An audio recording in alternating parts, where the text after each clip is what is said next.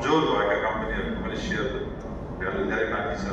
सिलिमे त अझै 22-23 वर्ष PPA छ, लाइसेन्स 23 वर्ष बाँकी छ र प्रति सेयर भ्यालु प्रति युनिट बिजुली बिक्री दर पनि उच्च रहेको, सम्पूर्ण ऋण तिरिसकेको, 3-4वटा कम्पनीमा चाहिँ आयोजनाहरू बनाइसकेको, त्यसबाट कमाउनलाई आम्दानी अब अर्को वर्षदेखि आम्दानी आउने निश्चित भइसकेको, त्यसमा लगानी डुब्ने हो कि भन्ने कुरा कुनै चिन्ता नभएको, ती प्रोजेक्टहरूले कमाउन थालिसकेको, तिनमा लगानी भएको पनि राम्रो र भरपर्दो तरिकाको आयोजनाहरू बनेको, भर्खरैको बाढीहरू पनि प्रमाणित गरिसकेको छ। सरसगढीमा केही क्षति भए तापनि हामीले 2टा युनिट सञ्चालन गरिसक्यौँ छोटै अवधिमा र त्यति ठुलो बाढीमा पनि त्यसले त्यति ठुलो क्षति भोग्नु परेन। ड्याममा मात्रै थोरै क्षति भयो तर सब्सटेन्सियल क्षति भएन।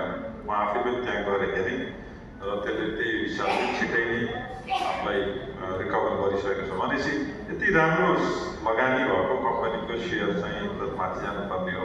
त्यसैले अलिक बोल्नु पर्यो भन्ने कुरामा चाहिँ अब हामीले विज्ञापन गरेर होइन तर यो आयोजनाको बारेमा जनतालाई सुसूचित गर्ने हिसाबले जान्छौँ।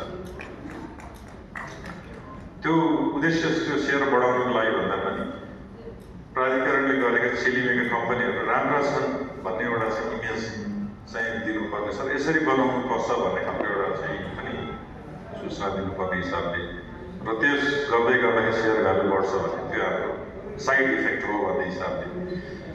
दोस्रो यो आयोजनाहरू सब्सिडियरी कम्पनीहरू र सिलिमे कम्पनी दुवै मिलेर थप नयाँ आयोजनाहरूमा जाने कुरामा अहिले बढी नै सकेको छ, अहिलेको प्रतिवेदनमा आइसकेको छ।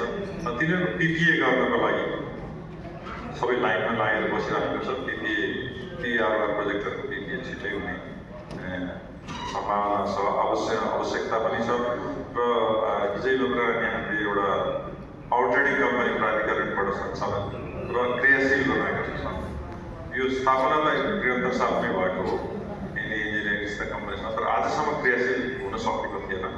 अब अहिले हामीले त्यो पावर ट्रेडिङ कम्पनीको प्रबन्ध सञ्चालक नियुक्त गरेर र त्यसमा कर्मचारीहरू खटाएर त्यसलाई अगाडि बढाएको छौँ। त्यसको काम चाहिँ प्राधिकरणले आफूले गर्न नसकेका या गर्नलाई नचाहिने अवस्थामा त्यस्ता नयाँ चाहिँ जरुरत आयोजनाहरूको PPA को लागि त्यो पावर ट्रेडिङ कम्पनीले काम गर्नेछ।